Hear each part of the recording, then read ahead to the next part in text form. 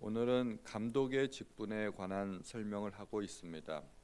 감독은 어떤 사람일까요? 성경 시대하고 지금 시대하고는 개념의 차이가 조금 있다는 것을 알아야 됩니다. 감독은 성경 시대에는 감독과 장로라는 직분은 서로 혼용되어서 사용되었습니다. 그러니까 오늘날 일반적으로 장로라고 생각을 하셔도 됩니다. 교회 중직자죠. 사도 바울이 밀레도에서 교회 장로들과 헤어질 때 에베소 지역의 모든 장로들을 초청했습니다. 그리고 그들에게 하는 말이 하나님이 여러분을 교회 감독자로 삼으셨다라고 이야기합니다. 그러므로 감독과 장로는 서로 같은 사람입니다. 같은 사람인데 감독이라고 부를 때는 교회를 다스리고 돌보는 역할, 주로 그 역할에 중점을 두고 부르는 말이고, 장로라는 말은 교회의 어른, 사람들의 존경을 받고 사람들에게 인정받는 교회 지도자적인 역할을 한다는 의미에서 장로라고 불렀습니다. 그러므로 감독과 장로는 같은 의미이고, 그런데 베드로는 또 베드로서에서 자기 자신을 함께 장로된 자라고 이야기합니다. 그러므로 장로는 또 그 당시에 사역자였습니다. 바울이 에베소에서 밀레도 장로들을 초청하였던 것은 그 지방의 사역자들을 불러 모은 것이고, 오늘날로 이야기하자면 목회 세미나를 한 것입니다. 그러므로 오늘날 목사, 감독, 장로 이러한 직분이 지금은 구분이 되어 있지만 그 당시에는 혼용되어서 사용되었던 말이라고 할 수가 있습니다. 그러므로 우리는 이 감독이라는 직분에 대해서 오늘날 그 감리교회는 지금도 감독이라는 직분이 있죠. 감리교회는 감독이라는 직분이 있는데 거의 목사님급이라고 생각하시면 됩니다. 목사님들 중에서 감독을 뽑으니까 그렇습니다. 그러므로 오늘 본문은 1차적으로 사역자의 자질에 관해서 생각하면 됩니다. 사역자는 이러한 사람이어야 된다. 우리가 예를 들어 목회자를 청빙할 때 이러한 자격을 가진 사람을 청빙하면 됩니다. 그리고 교회 중직자를 생각하면 됩니다. 우리가 교회 내에서도 뭐 장로, 권사 이런 중직자를 선출할 때, 안수 집사나 중직자를 선출할 때 이러한 자격을 가지고 우리가 선출하면 되겠다는 것입니다. 그리고 결국엔 나아가서 우리 모두는 또 이러한 사람이 되어야 하므로 이것은 결코 남의 이야기가 아니라 우리 또한 이러한 목표를 두고 신앙생활을 하여야 되겠다고 생각하시면 되겠습니다. 결국은 이거는 사도 바울이 디모데에게 목회 서신을 보내면서 교회의 직분자에 관한 설명이기도 하지만 또한 우리 모든 성도님들에게 해당되는 말씀이라고 할 수가 있습니다. 감독의 직분은 어떠한 사람이 가질 수 있어야 될까요? 1절에 보면 선한 일을 사모하는 것이라 함이로다. 선한 일을 사모해야 된다는 것입니다. 선한 일을 사모하려면 어떻게 해야 될까요? 하나님으로부터 받은 소명이 있어야 됩니다. 어제 다니엘 기도에 나온 목사님을 보니까 참 어떻게 저런 목회를 할 수가 있을까 그런 생각이 들었습니다. 정말 깡촌 시골에 가가지고 노인들밖에 없고 장애인들이 있고 또 심지어 한글을 모르는 문맹자도 있는데 그들에게 어떻게 성경을 가르치고 공부할까 그런 생각이 들 정도로 참 대단히 훌륭한 목사님이라는 생각이 들었습니다. 저는 그 교회에서 담임 목사 청빙을 할 때 된장을 담글 수 있어야 된다는 게 청빙 조건에 들어가 있다는 것을 알고 좀 우습기도 하고 깜짝 놀랐습니다. 아니 어떻게 그런 조건이 청빙 조건에 들어가 있을 수 있을까? 상상도 못할 일이었지만 시골 교회에서는 그래야만 한다는 것이죠. 된장을 만들어서 팔아서 교회를 운영하고 뭐 그런 일을 한다는 것이죠. 정말 이런 것은 소명 아니면 절대 할 수가 없습니다. 누가 강제로 시켜가지고 그런 일을 할 수가 있을까요? 못합니다. 저희 병원에도 여수 지역의 어떤 섬마을에서 목회하는 목사님이 한번 오셔가지고 진료를 받으신 적이 있는데 의료보호 일종이었습니다. 자녀가 3분 있고 그리고 성도가 10명입니다. 뭐 사례비는커녕 교회 운영조차 어려운 그런 교회이죠. 대한민국에 그런 교회가 굉장히 많습니다. 도대체 어떻게 이분은 이런 목회를 할 수 있을까? 그분이 목사 안수를 받고 첫 부임지가 바로 그곳이었습니다. 그곳에서 부르니까 간 것입니다. 소명 아니면 절대로 그런 일을 못하는 것이죠.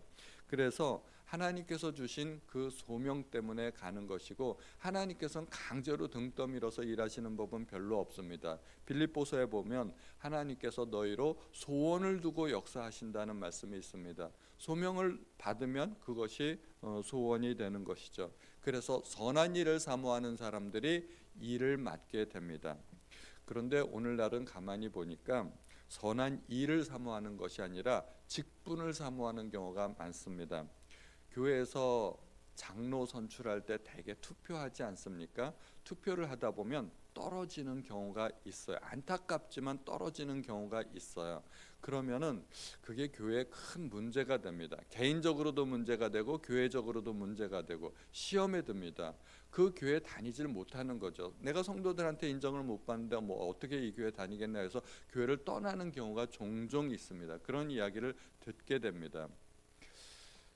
선한 일을 사모하는 것이 아니라 어떻게 보면 직분을 사모하는 것으로 보여지는 것이죠. 뭐 떨어질 수도 있고 그래도 신앙생활하는데 전혀 뭐 관계가 없는데, 그런데 직분에서 떨어지면 시험에 들고 교회 떠나게 되고 그런 경우가 종종 있다는 것입니다. 우리는 사실은 직분보다는 일을 사모해야 됩니다. 일을 사모하는 사람에게 하나님께서 반드시 직분을 주시는 것이죠. 2절 이후에 보면은 감독자에 대한 여러 가지 필요한 성품들이 나와 있죠. 책망할 것이 없고 하나님의 남편이 되고 절제하고 신중하고 단정하고 나그네를 대접하고 가르치기를 잘하고 술을 즐기지 않고 구타하지 않고 관용하고 다투지 않고 뭐 여러 가지가 있습니다. 이러한 대부분의 성품들이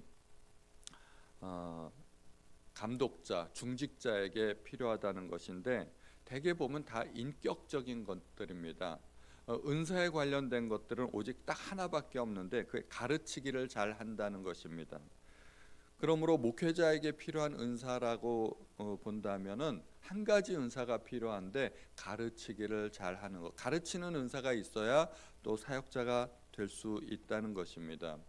그리고 사역자나 또 교회 중직자들에게 필요한 여러 가지 자격들은 대부분 성품과 인격에 관련된 것입니다. 사람이 성품이 좋아야 된다는 것입니다. 특별한 은사보다는 대개는 성품이 좋아야 목회를 잘할 수 있습니다. 사람들과의 그 부딪힘이 없고 대인관계가 원만해야 목회도 잘할 수 있고 중직자도 맡을 수 있다는 것입니다. 일은 잘하는데 사람들과 부딪힘이 있고 마찰이 있고 그러면은 아무리 일을 잘해도 그 일이 드러나질 않습니다. 아무리 사역을 잘해도 사람들과 관계가 원만하지 못하면 그 사역을 결국은 오래 할 수가 없습니다. 하나님의 일은 결국은 사람에 관한 것이기 때문입니다. 사람을 키워내고 그 사람이 또 다른 일을 하게 하고 그것이 사역의 핵심이기 때문에 사람과의 관계가 원만하지 못하면 결국은 그 일을 오래 할 수가 없게 되는 것입니다. 게다가 성령의 9가지 열매들을 보면 그건 전부 다 성품에 관련된 것들입니다. 성품과 인격, 사랑, 희락, 화평, 자비, 양선, 충성, 오래 참음, 절제, 이런 것들은 전부 다 사람의 성품에 관련된 것들입니다. 그러므로 사람이 성령 충만하면 그 사람이 성령에 의해서 성격이 다스려지고 인품이 다스려집니다. 신앙이 좋은 사람치고 인품이 나쁜 사람이 있을 수 없습니다. 신앙은 좋은데 인격이 엉망이다. 이런 거는 참 모순입니다. 그런 일은 있을 수 없습니다. 신앙의 그 최고봉은 결국 인격으로 나타나게 되는 것입니다. 그러므로 훌륭한 인격을 가진 사람이 결국은 교회에서 중직자가 되어야 된다는 것입니다. 다투지 아니하는 것, 이것은 굉장히 중요합니다. 다툰다는 것은 뭐 몸으로 싸울 수도 있겠지만 교회 내에서도 다툼이 있는데 대개 어떻게 다투나요? 말다툼입니다. 말다툼이 어떻게 나타나냐면 주로 회의석상에서 나타납니다. 중직자 회의, 재직 회의 또는 공동회의 하다 보면은 막 서로 의견이 다투니까 교회가 뭐 사분오열이 되고 다투게 됩니다. 그 다투는 이유는 의견 차이인데 서로 의견이 다를 수 있다는 것을 인정하고 뭐 저 사람의 의견도 일리가 있다 생각하고 자기 의견을 줄이고 뭐 주장하지 않으면 되는데 왜 다투느냐 하면 절대로 자기 고집을 자기 의견을 어, 양보하지 않기 때문에 다투게 되는 것입니다. 고집이 세다는 얘기죠. 절대로 고집이 센 사람들은 중직자를 맡아서는 안 됩니다. 교회가 시끄러워지는 이유는 목소리 큰 사람들이 있기 때문에 그래요. 어느 한 사람만 목소리가 커도요 교회가 참 잠잠하지 않습니다. 저희가 이번에 중고등부 교육자가 필요해가지고 청빙을 하려고 하는데 유희거 목사님이 그 추천한 목회자가 있었습니다. 근데 그분이 전에 교회에서 참 목회하기가 힘들었다고 합니다. 목회하기가 힘들었던 이유는 그 교회 안수 집사님들이 목소리 큰 분들이 그렇게 많았다는 거예요. 그 어떻게 그런 일이 있었느냐 하니까 부장 집사님들이 모여서 회의를 하는데 예를 들어 막 5명이 모여서 회의를 하는데 뭐 빠질 수도 있지 않습니까? 그럼 그 중에 한 명이 빠졌는데 4명이서 뭐 만장일치로 결정을 했어요. 그런데 나중에 빠진 사람이 그 사실을 알게 됐고 나 없이 한 회의는 무효. 뭐 이렇게 주장을 해버리고 목소리 크게 나오니까 이게 회의를 해서 결정을 했어도 그게 발효가 안 되는 겁니다. 목소리 큰 사람들이 주장을 하기 시작하면 회의가 진행이 안 돼요. 그래서 절대로 교회에서는 큰 목소리를 내면 안 되고 주장을 강하게 해서는 안 된다는 것이죠. 왜냐하면 그런 일들이 결국 교회 다툼으로 이어지기 때문입니다. 그래서 여기서 다투지 않는 사람이라는 것은 목소리 크지 않은 사람이고 자기 주장이 강하지 않은 사람이고 고집을 부리지 않는 사람이라고 이야기할 수 있습니다. 또 돈을 사랑하지 않아야 됩니다. 이게 사실은 교육자로서는 첫 번째 자질이 아닌가 그렇게 생각도 되는데 돈 때문에 사역하면은 사꾼 목자가 되는 거죠. 절대로 사역은 돈과 연계되어서는 안 되는 것입니다. 중직자도 마찬가지고 교회에서 재정 비리가 있는 경우가 가끔 있죠. 가끔 뭐 작은 교회에서는 거의 그런 일이 별로 없는데 큰 교회들을 보면은 재정이 좀 풍성하고 넉넉한 교회들 그런 교회에서 보면 재정 비리가 있을 수도 있습니다. 왜냐하면 돈을 사랑하기 때문에 그런 일들이 있을 수 있는 것입니다. 그래서 사역자나 중직자들의 또 중요한 자질들 가운데 하나가 돈을 사랑하지 않는 것입니다. 그리고 4절 이후에는 여러 가지 또 다른 자격이 나오는데 자기 집을 잘 다스려야 된다는 것입니다. 집에서 인정을 받아야 된다는 것입니다. 자녀들에게 인정받는 아빠여야 하고 또 아내에게 인정받는 남편이어야 된다는 것입니다. 왜냐하면 집에서는 속일 수가 없어요. 집에서는 같이 밥 먹고 같이 잠자고 함께 생활을 하기 때문에 모든 습관까지 다 드러나는 것이죠. 그래서 집에서는 속일 수가 없어요. 교회에서는 뭐 얼마든지 얼굴 표정도 뭐 인자하게 하고 좋은 말을 하고 그럴 수 있지만 우리가 교회에서 만나는 시간이야 얼마나 되겠습니까? 그러나 가정에서는 속일 수가 없다는 것입니다. 그래서 가정에서 인정받고 가정에서 인정받으려면 가정에서도 모범이 되어야 된다는 것이죠. 그리고 또 가정이 화평해야 됩니다. 예전에 어떤 목사님 말씀을 들어보니까 가정이 불화한데 교회가 평안하다. 그럼 그 평안도 가짜라는 것입니다. 그런데 교회가 아무리 어려워도 가정이 평탄하면 결국 그 가정의 힘을 입어서 교회도 나중에 평탄하게 될 수 있다는 것입니다. 가정과 교회 가운데 둘 중에 하나를 선택한다면 목회자는 무엇을 선택해야 되는가? 그 목사님의 말씀에 의하면 가정을 선택해야 된다는 것입니다. 하나님께서 교회를 세우시기 이전에 가장 먼저 설립한 기관은 가정이었다는 것입니다. 교회와 가정 둘 다 하나님께서 설립하기는 하셨지만 하나님께서 가정을 먼저 세우셨고 한참 지나서 나중에 교회를 세우셨다는 것입니다. 하나님께도 우선순위가 가정에 있다는 것입니다. 그러므로 우리는 가정의 우선순위를 결코 잊지 말아야 할 것입니다. 그렇다고 교회 일을 등한시해도 좋다는 말은 아닙니다. 가정에서 가정을 먼저 잘 돌보아야 된다는 것이죠. 6절에 보면 새로 입교한 자도 말지니 이것도 굉장히 중요한 조건입니다.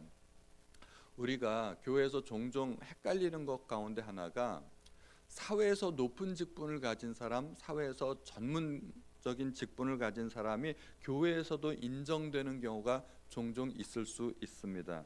사회와 교회는 전혀 다릅니다. 전혀 그렇지 않다는 것이죠. 예를 들어서 뭐 우리 동네 근처에 송도에 국회의원이 살아서 그 국회의원이 어느 날 우리 교회에 등록하고 우리 교회 성도가 되었다.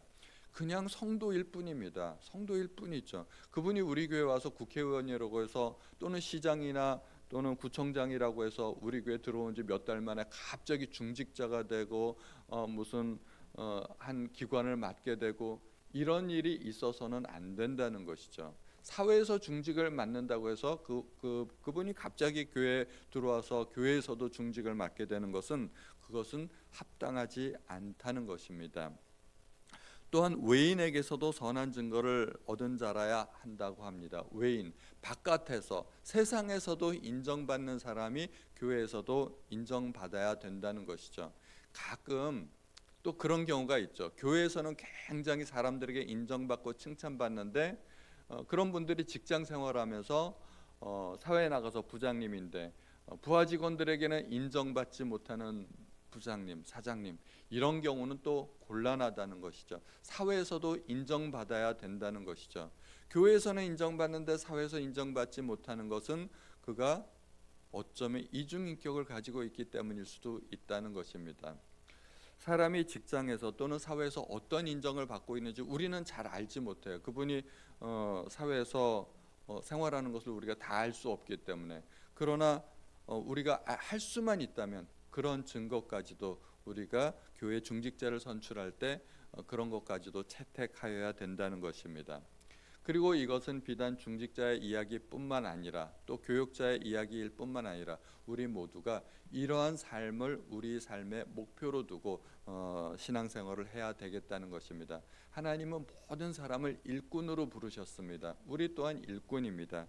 그러므로 내일은 또 집사에 관한 그 자격도 나오겠지만 우리가 이러한 사람이 되기를 소망하는 마음으로 그렇게 신앙생활을 하면은 참 좋겠습니다. 하나님께서 나에게 주신 말씀으로 알고 그렇게 받으시기를 축원드립니다. 하나님 아버지, 오늘도 저희에게 또 이렇게 감독에 관한 소중한 말씀을 주시니 감사드립니다. 하나님, 교회 중직자는 아무나 되어서는 안 됩니다. 하나님께 인정받고 또 가정에서 인정받고 사회에서 인정받는 그러한 분들이 교회 중직자 될 수 있도록 하나님 도와주옵소서. 우리도 그런 사람이 될 수 있도록 도와주시기를 간절히 원하오며 모든 말씀 우리 주 예수님의 이름으로 기도하였습니다. 아멘.